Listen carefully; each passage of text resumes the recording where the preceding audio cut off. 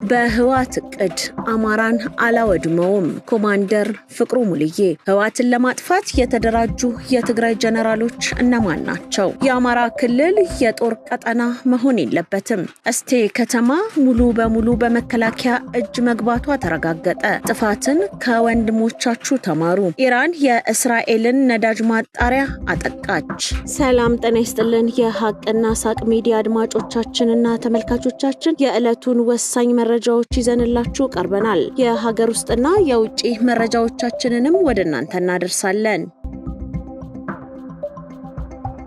በህዋት ቅድ አማራን አላወድምም። በላስታ አካባቢ የጀነራል አሳምነው ጽጌ ኩር ሰብሳቢ የነበሩት ኮማንደር ፍቅሩ ሙልዬ የቀረበላቸውን የሰላም ጥሪ ተቀብለው በሰላም መግባታቸው ተረጋግጧል። ኮማንደር ፍቅሩ ወደ ሰላማዊ ህይወት ለመመለስ ለወሰኑት ውሳኔ ዋነኛ ምክንያት በህዋት ቅድ አማራን አላወድምም የሚል ጽኑ አቋም መያዛቸው መሆኑ ተገልጿል። በጦርነትና በግጭት ውስጥ የሚጠፋውን የወገን ህይወትና ንብረት ለመታደግ እንዲሁም የሌሎችን የጥፋት አጀንዳ ላለማስፈጸም የወሰዱት ብስለት የተሞላበት እርምጃ መሆኑንም ያሳያል። የሰላም አማራጩን ተቀብሎ መግባትን ተከትሎ በአካባቢው ማህበረሰብና በደጋፊዎቻቸው ዘንድ እንኳን ለሰላም በቃ የሚሉ የድጋፍ መልእክቶች እየተላለፉላቸው ይገኛል። ውሳኔው በክልሉ ለሚታየው አለመረጋጋት በውይይትና በድርድር መፍትሄ ለመፈለግ ለሚደረገው ጥረት ትልቅ አቅም እንደሚሆንም ይጠበቃል። ህዋትን ለማጥፋት ጀነራል ግዑሽ፣ ጀነራል ገብረ እግዚአብሔር፣ ጀነራል ዘውዱ፣ ጀነራል ከበደ በስራ ላይ እንገኛለን ማለታቸው ተሰማ። ህዋትን ለአንዴና ለመጨረሻ ጊዜ ከትግራይ ህዝብ ጫንቃ ላይ ለማውረድ የትግራይ ህዝብ ለዘመናት የናፈቀውን ሰላም፣ ዲሞክራሲና ልማትን ለማቀናጀት የትግራይ የቁርጥ ቀን ልጆቿ ስራ ላይ ናቸው ብለዋል። እነዚህ የትግራይ የቁርጥ ቀን ልጆች ናቸው የተባሉት ጀነራል ገብረ እግዚአብሔር የነ ወዲያን ጥሩ፣ ጀነራል ዘውዱ ኪሮስ፣ ጀነራል ግዑሽ ገብረ እና ጀነራል ከበደ ፍቃዱ መሆናቸውም ተገልጿል። ጀነራሎቹ ከዚህ በፊት ከህዋት ጋር ተሰልፈው በነበረበት ጊዜ የትግራይ ህዝብ እንደበደሉት በመረዳታቸው ምክንያት አሁን ላይ የሐራ መሬት ታጣቂዎችን በተደራጀና በተቀናጀ መልኩ በማደራጀት የህዋትን የምድር ላይ ቆይታ ለማሳጠር እየሰራን እንገኛለን ብለዋል። ከውስጥም ሆነ ከሀገር ውጭ የሚገኙ የትግራይ ተወላጆች ህዋትን ግደን የትግራይን ህዝብ የዘመናት ጥያቄ በቅርቡ እንመልሳለን፣ ይህ ደግሞ የማይቀር ነው ብለዋል።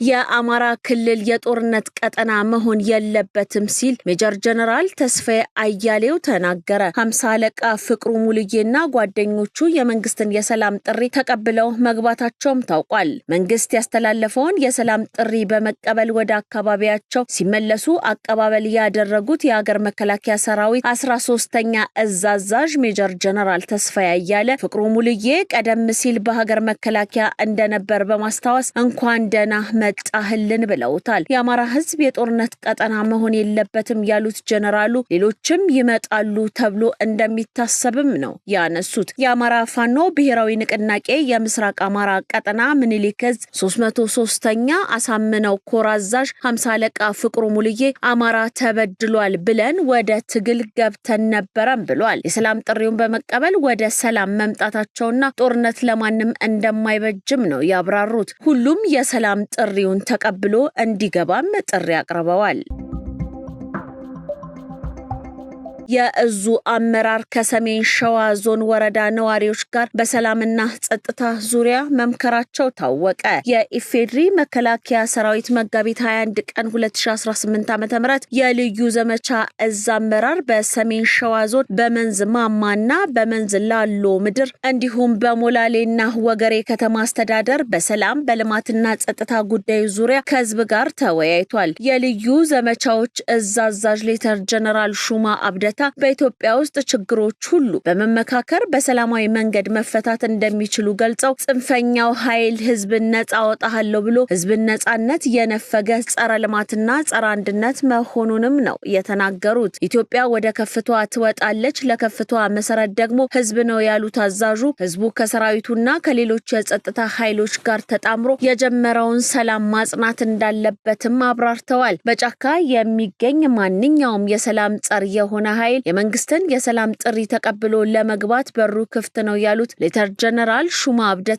የህዝብን ሰላም በሚያደፈርስና ልማትን በሚያደናቅፍ ቡድን ላይ የእዙ ሰራዊት እንደወትሮ ሁሉ የተጠናከረ እርምጃ እንደሚወስድም ገልጸዋል። የሰሜን ሸዋ ዞን ዋና አስተዳዳሪ አቶ መካሻ አለማየሁ በበኩላቸው ራሱን ፋኖ ብሎ የሚጠራው ጽንፈኛው ቡድን ህዝብን ይዞ ለመጥፋት ተነስቶ የነበረ ቢሆንም አሁን ግን ራሱን ከህዝብ ነጥሎ እየጠፋ እንደሆነ ማስገንዝበዋል። አቶ መሸሻ የልዩ ዘመቻዎች የሰራዊት አባል በከፈሉት መስዋዕትነት በዞኑ የሰላም አየር ነፍሶ በርካታ የልማት ስራዎች መሰራታቸውንና እየተሰሩም እንደሚገኙ አስታውቀዋል። መከላከያ ሰራዊት እስቴ ወረዳን ሙሉ በሙሉ መቆጣጠሩ ታወቀ። የፋኖ ቡድን እኛ ሳናልቅ የእስቴ ወረዳን ማንም አይዝም እያለ መፎከሩ ይታወሳል። ይሁንና የኢትዮጵያ መከላከያ ሰራዊት ወደ እስቴ ወረዳ በማምራት ሙሉ በሙሉ የእስቴን ወረዳ ከጽንፈኛው ቡድን ነፃ አውጥቶታል።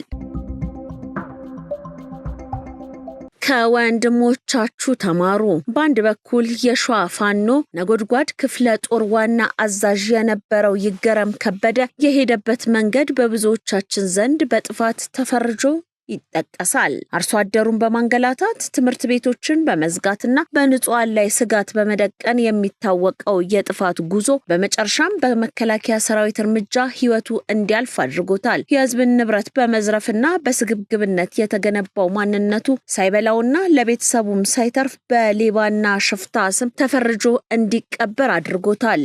ይህ ፍጻሜ ለጥፋት መንገድ የሚከፈል መራራ የታሪክ ዕዳ ነው። በሌላ በኩል ደግሞ ፋኖ ኮማንደር ፍቅሩ ሙልዬ የተጓዘበትን መንገድ ቆም ብሎ በመመርመር የተለየ ምርጫን አድርጓል። የምንሄድበት መንገድ ትክክል አይደለም በማለት በችግር ጊዜ የረዱትን ህዝብ መጉዳቱ ጸጽቶት የመንግስትን የሰላም ጥሪ ተቀብሎ እጁን ሰጥቷል። ይህ ውሳኔ ከጥፋት አዙሪት ወጥቶ ወደ ሰላማዊ ህይወት የመመለስ ራስንም ከጥፋት የመታደግ እርምጃ ተደርጎ ሊወሰድ ይችላል። እነዚህ ሁለት ክስተቶች አሁንም በጫካ ለሚገኙ ታጣቂዎች ትልቅ መልእክትን ያስተላለፈ ነው። የጥፋት መንገድ መጨረሻው እንደ ይገረም ከበደ ውርደትና ሞት ሲሆን የሰላም መንገድ ደግሞ እንደ ፍቅሩ ሙልዬ ዳግም የመታደስ እድል ነው። ታሪክ ሁል ጊዜ የሚዘክረው በጥፋት የገነነውን ሳይሆን ስተቱን አርሞ ለሰላም እጁን የዘረጋውን ነው።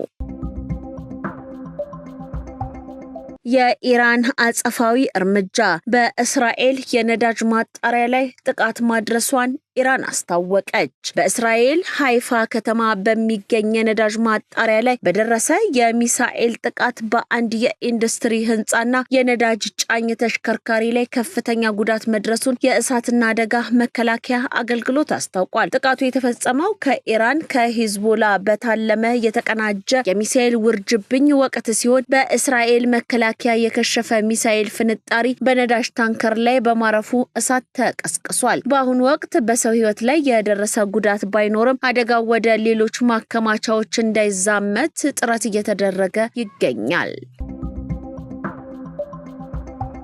የተወደዳችሁና የተከበራችሁ የሐቅና ሳቅ ሚዲያ አድማጮችና ተመልካቾች የዕለቱ ወሳኝ መረጃችን የተከታተላችሁትን ይመስል ነበር። መልካም ጊዜ ይሁንላችሁ።